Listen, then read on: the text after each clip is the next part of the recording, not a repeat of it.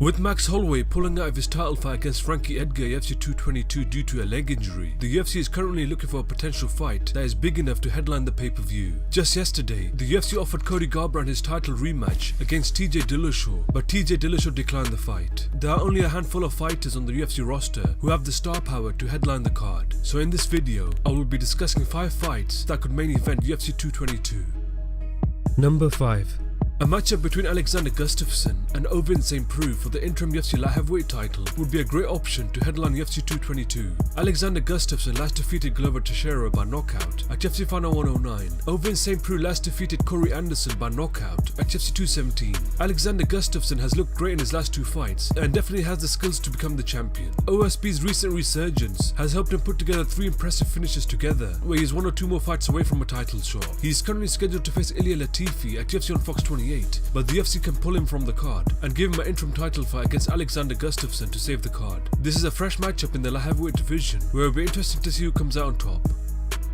Number 4. A matchup between Cody Garbrandt and Marlon Moraes for the interim UFC bantamweight title would be a great option to headline UFC 222. Cody Garbrandt last lost his title to TJ Dillashaw by TKO at UFC 217. Marlon Moraes last defeated Aljamain Sterling by knockout at UFC Final 123. Cody Garbrandt is one of the hardest hitters in the bantamweight division who was quickly able to rise through the rankings, eventually winning the title. Marlon Moraes has looked very impressive in his short run in the UFC, where he has put together a record of 2-1 in the promotion. Both fighters like to keep the fight standing and is guaranteed to be a fun fight. Number 3.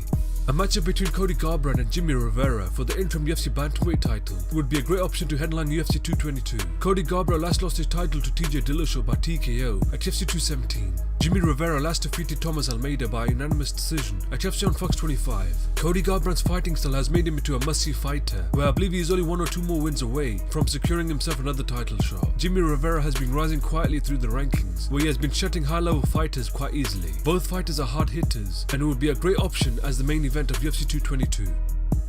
Number 2. A matchup between Frankie Edgar and Brian Ortega for the interim UFC featherweight title would be a great option to headline UFC 222. Frankie Edgar last defeated Yair Rodriguez by TKO at UFC 211.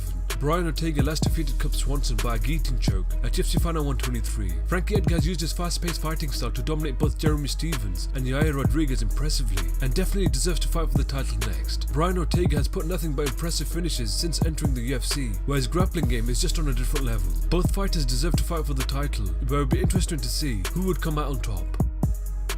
Number 1.